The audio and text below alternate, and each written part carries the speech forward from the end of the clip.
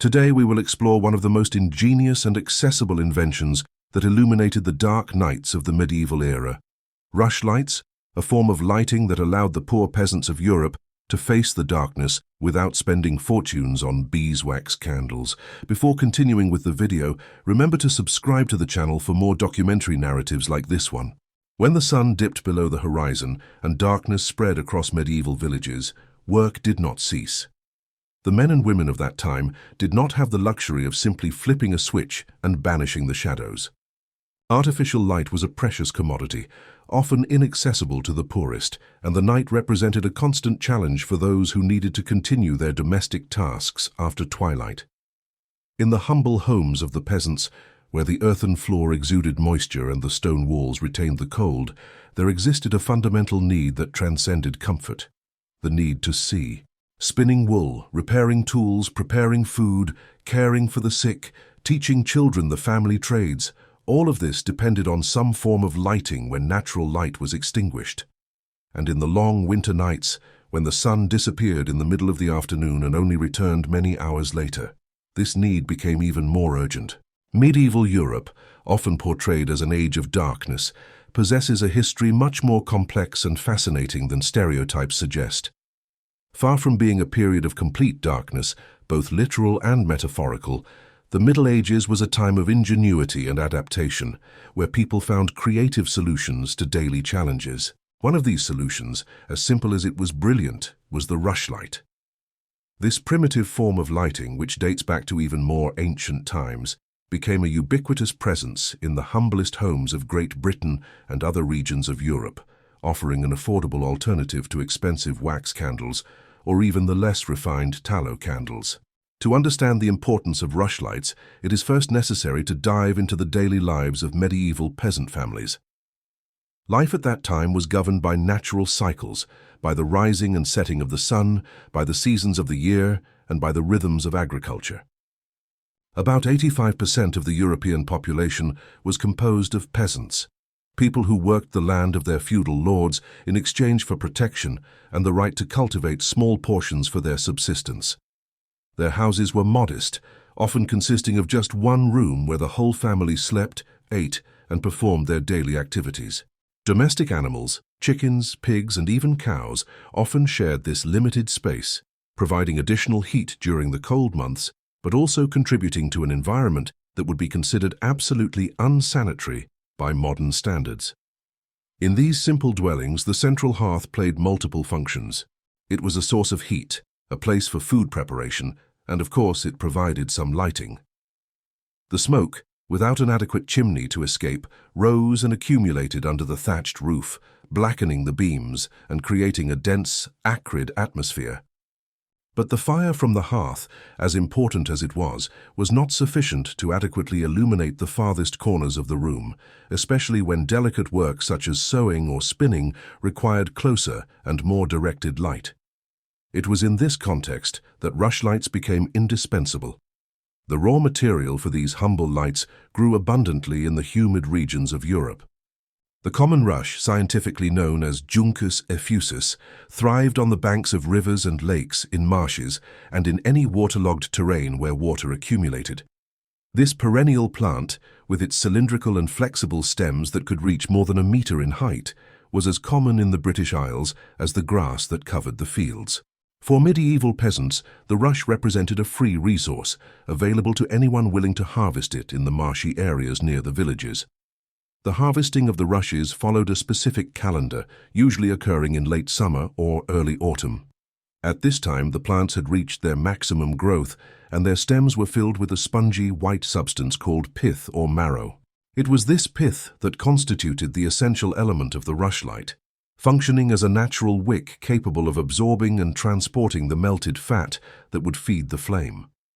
Medieval peasants, with their deep knowledge of the natural world around them, knew instinctively when the rushes were at the ideal point for harvesting, neither too young nor too mature, with enough pith to produce a good light. The task of collecting the rushes was not particularly difficult, but it required time and physical effort. With sickles or simply using their hands, men, women, and children entered the marshy terrains to cut the selected stems. It was a job that needed to be performed with care, as the leaves of the rush, although not sharp like blades, had a rough texture that could irritate sensitive skin. The harvesters carried bundles of rushes back to their homes, where the transformation process would continue. The preparation of the rushes to become lights involved several stages that required skill developed through practice. The first stage consisted of partially peeling the stems, removing the green outer skin to expose the inner white pith. It was necessary to remove enough material to allow the pith to absorb the fat, but at the same time, it was essential to leave a longitudinal strip of the skin intact as structural support. There were different schools of thought regarding the ideal preparation method. Some traditions prescribed that the rushes be soaked in water before being peeled. Others insisted that the stems should be processed immediately after harvesting. It is likely that techniques varied from region to region, passed down from generation to generation. After peeling, the rushes needed to be dried. This stage was crucial, as residual moisture would interfere with fat absorption and subsequent combustion. The prepared stems were spread out in well-ventilated places, perhaps hung under the eaves of the houses or laid out on clean surfaces inside sheds or barns. The drying time varied according to weather conditions, potentially taking from a few days to a week or more. Patience was a necessary virtue in this process, as insufficiently dried rushes would result in inferior quality lights that crackled, smoked, and extinguished prematurely. The final ingredient necessary to create a functional rush light was animal fat, an abundant byproduct in any community that practiced animal husbandry. Tallow, extracted mainly from cattle and sheep, was the most commonly used material, although any type of animal fat could serve the purpose. Pig fat, mutton fat, even lard from wild animals hunted for food, everything could be utilized to soak the prepared rushes. This versatility was a significant advantage, as it meant that peasant families could use scraps that would otherwise be wasted. The process of rendering the fat, that is, purifying it to remove tissues and impurities, was a common domestic task in the Middle Ages. Pieces of raw fat were cut into smaller portions and heated slowly in large cauldrons or pots. As the temperature rose, the fat melted, separating from the connective tissues and membranes that had previously held it to the animal's body. This process produced a characteristic smell, strong and penetrating, that permeated the entire house and its surroundings. For medieval peasants, accustomed to a multitude of odors that modern noses would find intolerable, this smell of melting fat was simply part of the domestic routine. When the fat was completely melted, the hot liquid was strained through cloths to remove impurities. The result was purified tallow, a substance that solidified upon cooling, taking on a creamy white color.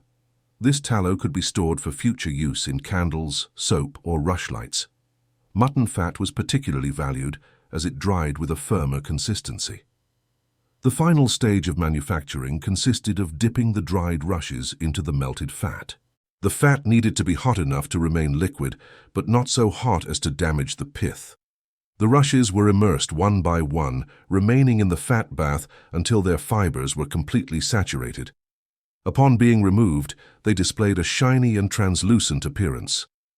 Unlike conventional candles, which were formed by multiple successive dippings to build layers of wax or tallow around the wick, rushlights required only one or a few dippings.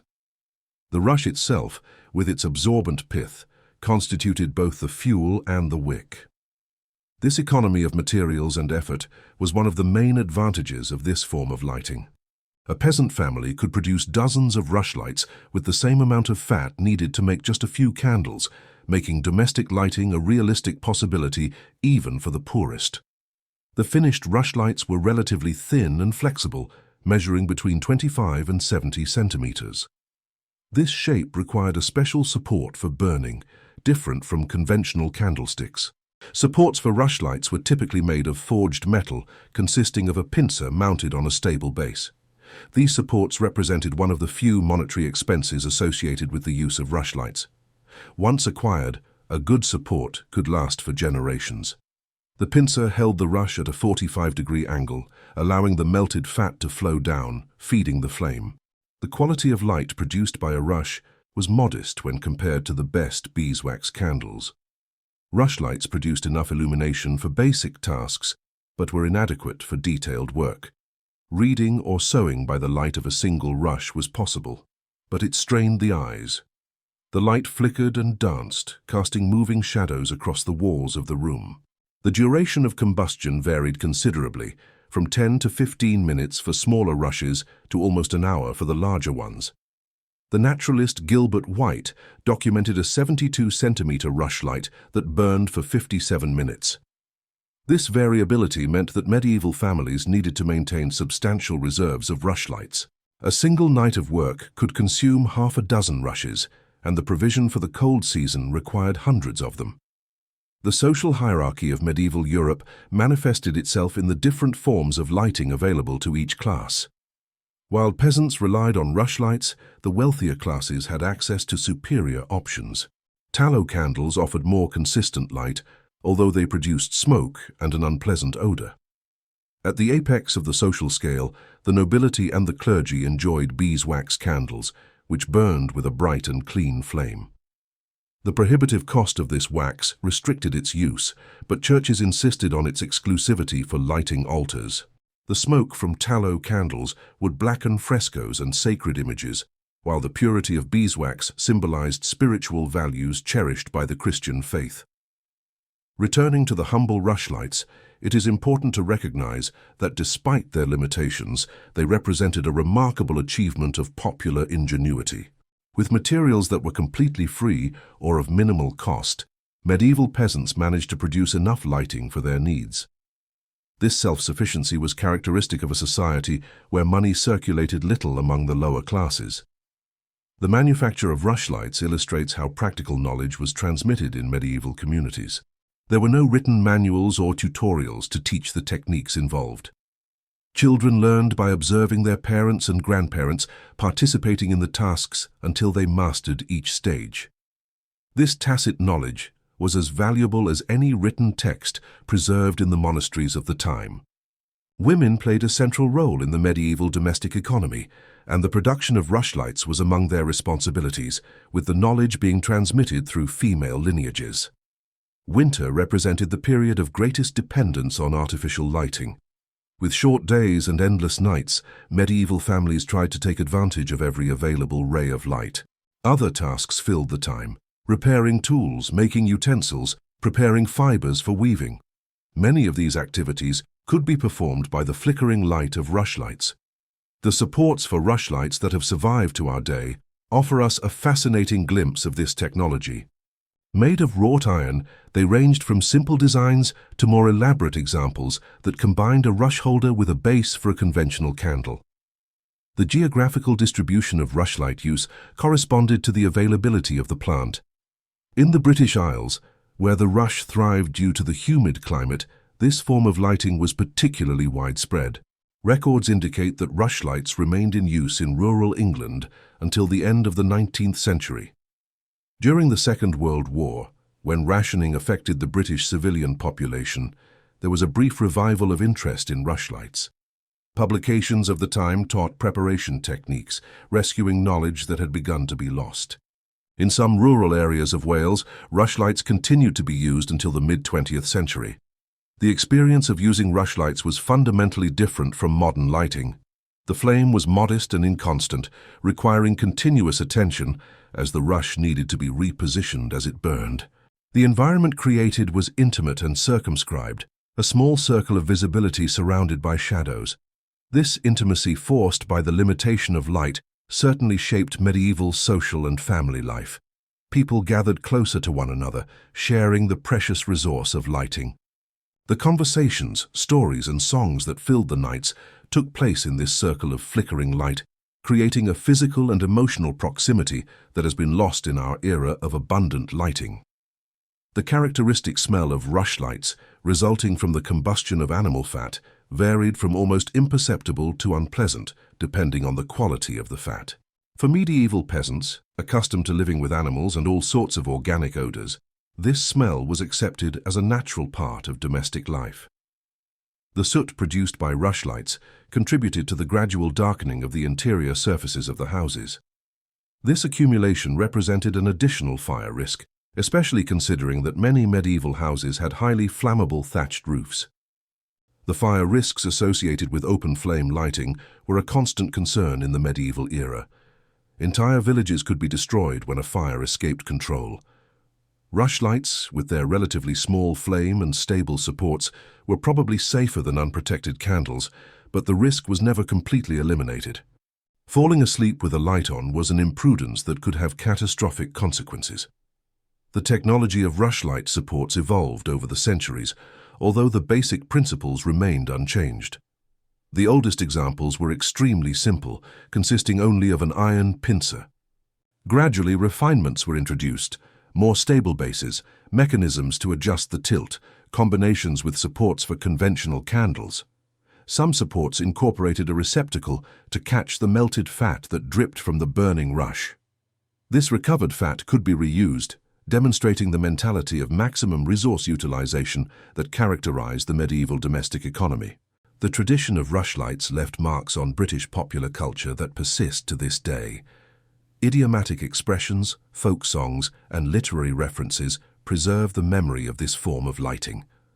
The very act of gathering rushes became associated with preparing for winter, part of the annual cycle of activities that marked the passage of time in rural communities. The simplicity of the rushlight, its dependence on natural materials, and its domestic manufacture represent values that resonate with contemporary concerns about sustainability. The rushes grew naturally, the fat was a byproduct of food, and the final product returned to the earth as biodegradable ash. Naturally, there is no genuine romanticism in the poverty that made rushlights a necessity instead of a choice. Medieval peasants did not use this form of lighting out of environmental consciousness or aesthetic preference, but because they had no affordable alternatives. The inadequate light for detailed tasks, the constant need to prepare new rushes, the smell and the smoke, all these were limitations accepted for lack of a better option. The technological progress that eventually made lighting abundant and cheap was a genuine blessing that immensely improved the quality of human life. However, studying rushlights allows us a tangible connection with the daily lives of our medieval ancestors. Beyond the kings and battles that dominate history books, there existed the common population, living simple lives and facing daily challenges. The rushlight was a small triumph of human ingenuity over darkness. Modern experimenters who have tried to replicate the manufacture of rushlights often report surprise at the difficulty of the process. Selecting the proper rushes, the delicate peeling that preserves the necessary support strip, the appropriate drying time, the correct temperature of the fat. Each stage has variables that affect the result. Medieval peasants mastered these techniques through experience, an embodied knowledge difficult to capture in written instructions. Attempts at historical recreation also reveal the intrinsic variability of rushlights. Different rushes, prepared in distinct ways, produce lights with remarkably diverse characteristics. The observation that the rushlight was the poor man's candle, an expression used by historical commentators, perfectly captures its social role. It was not the best option available, it was not even a particularly good option by the standards of the time, but it was an affordable option, and that made all the difference. The alternative would be complete darkness after sunset, a condition that would severely limit the possibilities for work, learning, and socialization during the long winter nights. The advances in lighting that made rushlights obsolete arrived gradually. Improvements in tallow candle production techniques made them more accessible. In the 19th century, the discovery of how to extract stearic acid from animal fat allowed for the production of superior candles. Kerosene, gas lighting, and finally electricity completed the transformation. Each innovation progressively displaced older forms of lighting.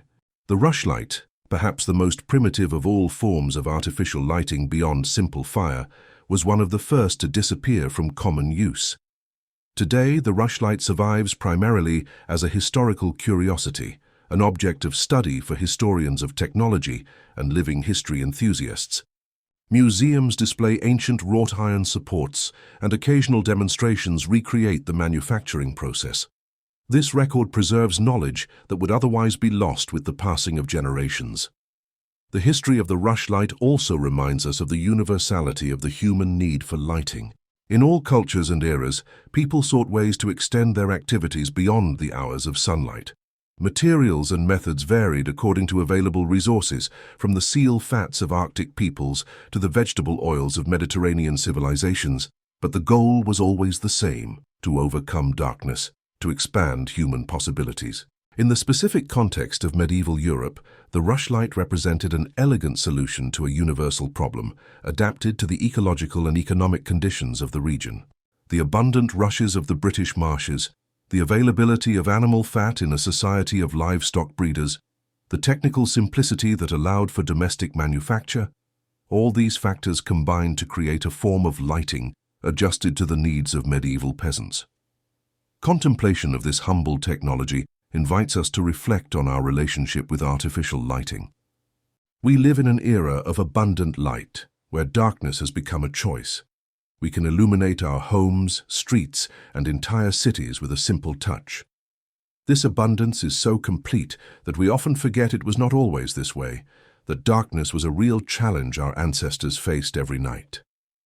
Medieval rushlights, with all their modesty and limitations, represent an important chapter in this long human history of struggling against the dark. They remind us of the ingenuity of the people of the past, of their capacity to find creative solutions with available resources, of their determination to continue living, working, and thriving even in the most challenging conditions. This heritage of innovation and adaptation remains alive in our own era, manifesting in contemporary technologies that would have seemed miraculous to the peasants who prepared their rushes by the light of the hearth. Thus we reach the end of our journey through medieval nights, illuminated by the flickering light of fat-soaked rushes. We hope this exploration has illuminated not only a forgotten technology, but also the daily lives of those who used it, their struggles, ingenuities, and small victories over the dark.